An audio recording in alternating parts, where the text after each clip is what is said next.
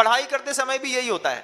अगर आप CA/CS की पढ़ाई कर रहे हैं और अगर आप ये सोचते हैं कि 10 लाख लोग बैठते हैं, मैं कैसे निकलूंगा, 10 लाख लोग बैठते हैं MD मेडिसिन की पढ़ाई करने के लिए, तो मेरा MBBS में सिलेक्शन कैसे होगा।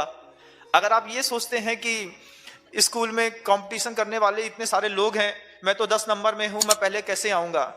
तो आचार्य श्री जी एक बहुत अच्छी बात कहते हैं, जब भी आपके हृदय में कोई विचार पैदा हो और उस विचार के विरोध में जब तक आपके हृदय में एक नकारात्मक विचार पैदा ना हो, तब तक उस विचार के पूरे होने की 100% संभावनाएं रहती हैं। फिर से कहूं, आपके हृदय में कोई विचार पैदा हुआ कि मुझे ऐसा करना है, मुझे माउंट एवरेस्ट की पहाड़ी को चढ़ना है, विचार पैदा हुआ। अब जब तक आपके हृदय में इसका नेगेटिव थॉट्स पैदा नहीं होता, जब तक आप ये नहीं सोच लें अरे वहां चढ़ेंगे फिसल गए तो, गिर गए तो, अब मान लो वहां पर चढ़े ठंडी कितनी रहती है, सांस लेने में तकलीफ तो नहीं होगी, खाने की क्या जरूरत होगी, घर छूट जाएगा। जैसे ही नेगेटिव थॉट्स आते हैं वैसे ही आपके पॉजिटिव थॉट्स की कैपेसिटी कम होती चली जाती है। चाहे आप 4th क्लास में पढ़ते हो, आप 6th में पढ़ते हो, चाहे आप व्यवसाय करते हो, चाहे आप घर चलाते हो, चाहे आप साधना करते हो, चाहे आप आचार्य हो, चाहे अरिहंत हो, जहां भी नकारात्मक विचारों ने आपके जीवन में प्रवेश किया और आप असफल होना शुरू हुए, और यही नकारात्मक विचार जब तक दिमाग में नहीं आते, अरे नहीं हम सब कर लेंगे, तुमने इसके माइनस पॉइंट्स के बारे में सोचा नहीं, हमने माइनस पॉइंट्स के बारे में ना देखा ना सोचा, मात्र हमने पॉजिटिव पॉइंट सोचा, अपना लक्ष्य। महाभारत के उस प्रसंग से अपने को भी प्रेरणा लेनी है कि जब गुरु द्रोणाचार्य ने बहुत सारे शिष्यों से एक साथ कहा कि तुम्हें पेड़ में क्या क्या दिखाई दे रहा है, तो कोई कहता है कि डाल पत्ती, कोई कह रहा है कुछ, कोई पंछी, कोई चहचहाट, दुनिया भर की बातें। लेकिन लक्ष्य भेदने वाले ने कहा कि मुझे सिर्फ अपने लक्ष्य के अलावा कुछ दिखाई ही नहीं दे रहा है।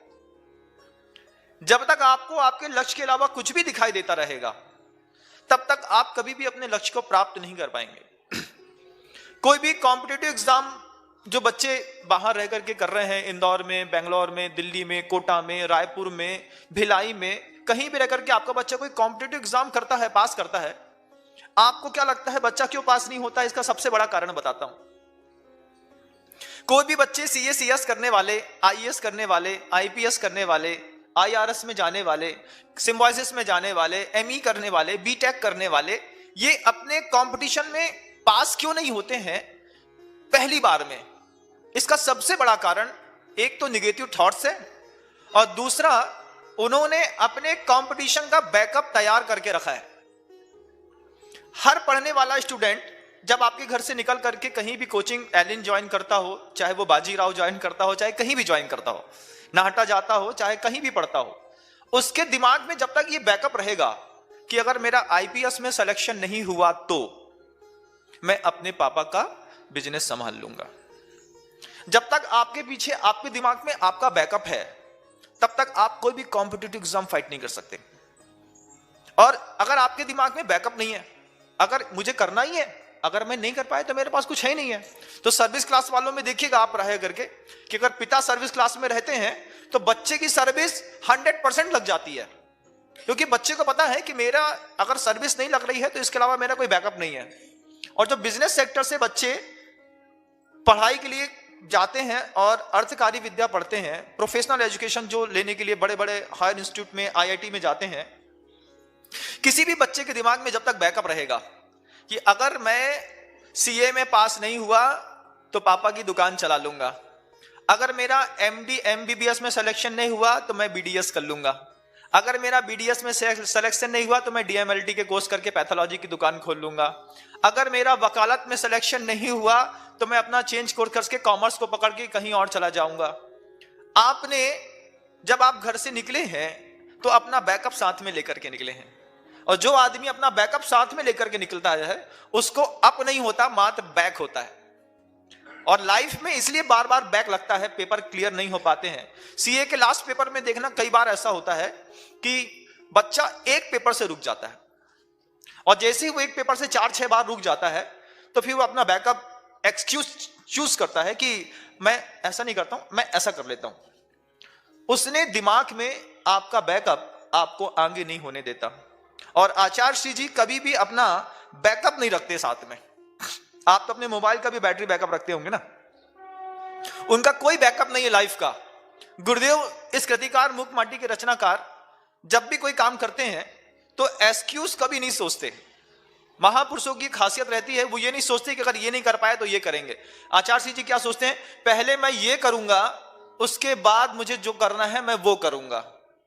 अगर आप ऐसा सोच बैठे कि मुझे पहले अपना धंधा करना ही है, मुझे अपना बिजनेस करना ही है, मुझे मंदिर जाना ही है, मुझे पूजा करना ही है, पहले मैं अभिषेक करूंगा, बाद में दुनिया के सारे काम करूंगा, पहले मैं सीए की पढ़ाई करूंगा, बाद में मैं दुनिया के सारे काम करूंगा। लेकिन आप क्या करते हैं, अपना एक्सक्यूज ढूंढ लेते हैं और आपकी लाइफ डिस्टर्ब हो जाती है। ये एनर्जी इनबैलेंस करने का सबसे बड़ा कारण है आपकी माइंड का बैकअप। और आचार्य श्री जी यहां कृतिकार मुक्त माटी के रचनाकार क्या कहते हैं, इसलिए सुनो, आयास से डरना नहीं, प्रयास करने से कभी अपने आप को छोड़ मत देना, और आलस से करना नहीं, और आलस भी मत करना। प्रकृति बदल रही है, ठंडी आ गई है, तब 10 बजे उठेंगे, 11 बजे उठेंगे। तो जो भी स्टूडेंट हैं, अगर उन्होंने अपना टाइम रूटीन चेंज कर लिया कि सुबह 4 बजे उठने वाले अब सोच रहे हैं 8 बजे उठेंगे, 8 वाला सोच रहा है 10 बजे उठेगा, और ये आलसीपन आपके दिमाग में आया और आपके एग्जाम के प्रत्येक सेकंड के 1 नंबर कम हो गए। कितनी बड़ी बात होती है कि अगर आपने 1 मिनट भी लेट किया तो आपकी मार्कशीट से मान लो 60 नंबर जा रहे हैं। ऐसे लोग कभी भी प्रगति के साथ अपने मन को बहलाने की कोशिश नहीं करते। वो तो ये देखते प्रगति कुछ भी हो, मेरी नियति जो है मैं तो वो करके रहूंगा।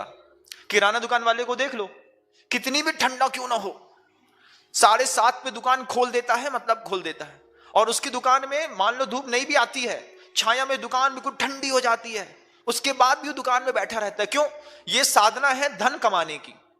जैसे उसकी साधना है दुकानदार की धन कमाने की, ऐसे ही विद्यार्थी की साधना है विद्या का अर्जन करने की। प्रकृति से कभी भी अपने आप को ढालने की और प्रकृति के साथ मिल करके बहकने की कोशिश मत करना। मरी मछली होगी जो पानी के बहाव के साथ बहेगी। आप लोगों को सजगता की आवश्यकता है। टाइम मैनेजमेंट दुनिया की सबसे बड़ी चीज है। प्रकृति जैसे बदलती है, हमारा टाइम का बायोलॉजिकल क्लॉक भी चेंज धीरे धीरे होता चला जाता है। गुरुदेव कहते हैं आयास से डरना नहीं, आलस से करना नहीं। फिर आगे कितनी अच्छी बात, कभी कभी, मतलब हमेशा नहीं, कभी कभी साधना के समय ऐसी भी घाटियां आ सकती हैं कि थोड़ी सी प्रतिकूलता में जिसकी समता वह आकाश को चूमती थी, उसे भी विषमता की नागिन सूंघ सकती है। कह रहे हैं, आचार्य कहते हैं कभी कभी, हमेशा नहीं आएंगी घाटियां, उतार चढ़ाव जीवन में हमेशा नहीं आते, कभी कभी आता है, और वो भी सबको नहीं आता, किसी किसी को आता है। तो कभी कभी साधना के समय ऐसी भी घाटियां क्या, उपसर्ग या परिचय, ये घाटियां हैं। उपसर्ग और परिचय रूपी ये घाटियां आ सकती हैं साधक के जीवन में, और जब वो उपसर्ग आता है या फिर जब वो परिचय जीवन में आते हैं, थोड़ी सी प्रतिकूलता में जिसके सामने समता शिरोमणि शब्द लिखा था, वे समता शिरोमणि कहलाने वाले भी थोड़ी सी प्रतिकूलता में जिसकी समता वह आकाश को चूमती थी, उसे भी विषमता की नागिन सूंघ सकती है। जब तक प्रतिकूल वातावरण नहीं है तभी तक हम अच्छे हैं, तभी तक हमारा स्वभाव अच्छा है, तभी तक हमारा व्यवहार अच्छा है, तभी तक हमारा संसार अच्छा है। और जैसे ही थोड़ा सा प्रतिकूल वातावरण बनता है तो पहले यह समझना होगा कि प्रतिकूल वातावरण के कारण हमारी समता खो जाती है कि प्रतिकूल मन स्थिति के कारण हमारी समता खो जाती है। वातावरण तो अभी भी बहुत ज्यादा प्रतिकूल है। मान लीजिए आपको भूख लगी है, खाना नहीं मिल रहा है, कुछ भी नहीं मिल रहा है, प्रतिकूल वातावरण है। अब प्रतिकूल वातावरण के कारण आपको दुख है? नहीं, आपकी उस मन स्थिति के कारण कभी भी पौद्गलिक कोई भी द्रव्य दुख का कारण नहीं बनता। पौद्गलिक द्रव्यों के कारण अंतर्मन में उत्पन्न हुए विचार, वह मनस्थितियां ही आदमी के जीवन में प्रतिकूलता पैदा करती हैं। इसी को आचार्य श्री जी कहते हैं कि अपने ही वातावरण में, अपने ही मन में अपना ही नरक पैदा करके ऐसा कौन सा जीव है जो अपने मन का नरक नहीं भोगता? परिस्थितियां ऐसी है ही नहीं, लेकिन आपने अपने मन के अंदर ऐसी परिस्थितियां विचारों में निर्मित कर ली हैं, और उस मन के नरक से तुम कितने त्रस्त हो, बगल वाले को तो पता भी नहीं है कि आपके मन के अंदर किसी प्रकार का संक्लेश है, कसाय है, ईर्ष्या है, द्वेष है, बगल वाले को तो पता भी नहीं है। और तुम क्या सोचते हो, सब पता है, उसके बाद भी बन रहा है, उसको पता ही नहीं है। तो ये जो मनस्थिति आपने खराब करी है अपनी, जिसके कारण आपको लग रहा है, आप अपने आप को छोटा समझते हैं, आप अपने आप को बच्चा समझते हैं, आप अपने आप को गधा समझते हैं, जिसके कारण आप अपने आप को मजदूर समझते हैं, मजबूर समझते हैं, ये सब आपकी स्वयं की मानसिकता है। बगल वाले ने नहीं कहा कि तुम मजदूर हो, बगल वाले ने नहीं कहा तुम मजबूर हो, बगल वाले ने यह भी नहीं कहा कि तुम्हारे अंदर यह कमी है। तुम अपने आप, तुमने अपने मन में एक ऐसा नरक बना लिया है, और तुम उस मन के नरक से कभी बाहर नहीं निकल पा रहे। तुम्हारी खुद की धारणाएं संसार में रहते हुए भी तुम्हें संसार के सुख को दिखाने के लिए कार्यकारी नहीं बन पा रही। यहां पर कितने भी बड़े समता शिरोमणि क्यों ना हो, बड़े बड़े साधक मुनि महाराज भी क्यों ना हो, प्रतिकूलताएं आती हैं तो उनका मन भी डामाडोल हो जाता है। आचार्य कहते हैं आ सकती हैं, कैसी? थोड़ी सी प्रतिकूलता में जिसकी समता वह आकाश को चूमती थी, उसे भी विषमता की नागिन। विषमता क्या है? समता का उल्टा क्या है? समता क्या है? राग द्वेष से अपने आप को बचा करके मध्यस्थ बनाए रखना, यह है समता। तो विषमता क्या है? कि जिसकी थोड़ी सी प्रतिकूलता में जिसकी समता वह आकाश को चूमती थी, उसे भी राग द्वेष की नागिन सूंघ सकती है। विषमता सूंघ सकती, विषमता मतलब राग द्वेष, राग द्वेष की नागिन सूंघ सकती है, और वह राही गुमराह हो सकता है। थोड़ा सा भी नो कर्म ऐसा मिल जाए और आप गुमराह भी हो सकते हैं, अपनी राह को छोड़ भी सकते हैं। उसके मुख से फिर गम की आह निकल सकती है। ऐसी स्थिति में बोधि की चिड़िया वह, बोधि मतलब सम्यक ज्ञान, बोधि की चिड़िया वह फुर्र करके क्यों ना जाएगी? क्रोध की बुढ़िया वह गुर्र करके क्यों ना जागेगी? साधना स्खलित जीवन में अनर्थ के सिवा और क्या घटेगा? तुमने अपनी साधना छोड़ दी। साधना स्खलित, स्खलित मतलब साधना से गिर जाना, फिसल जाना। साधना से फिसले जीवन में अनर्थ के अलावा और क्या घटेगा? तुम कंपटीशन में बराबर लगे थे, दौड़ते दौड़ते तुम दौड़ में खड़े हो गए, क्यों? मुझसे नहीं हो पाएगा। साधना स्खलित जीवन में अनर्थ के अलावा और क्या घटेगा?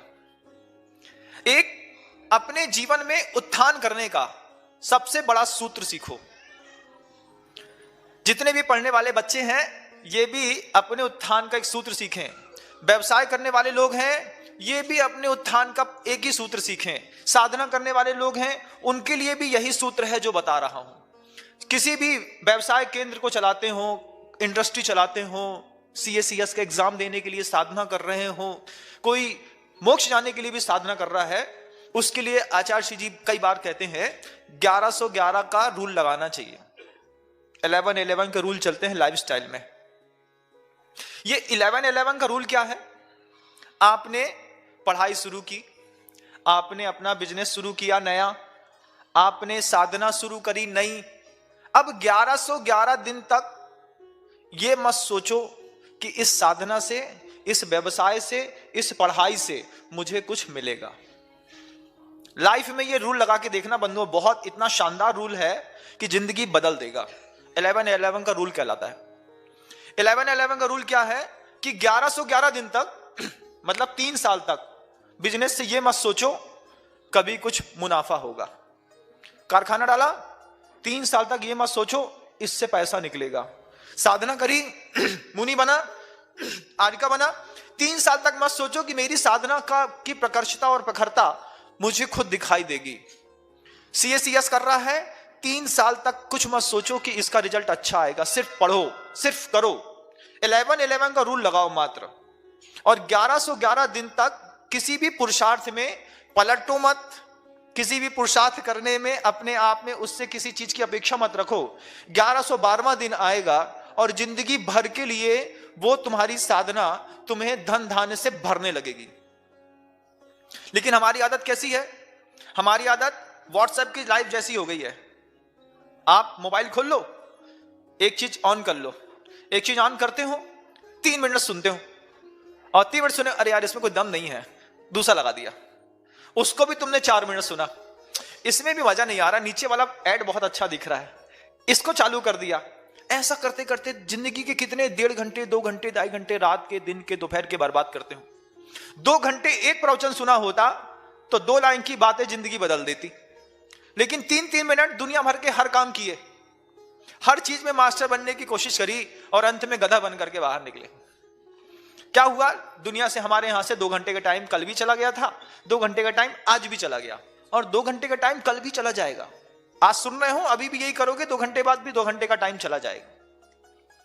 समय की कीमत नहीं पता, साधना की कीमत नहीं पता कि आचार्य ने कहा 11-11 का रूल, 1111 दिन तक पढ़ाई के अलावा कुछ नहीं, 1111 दिन तक बिजनेस के अलावा कुछ नहीं, 1111 दिन तक साधना के अलावा कुछ नहीं।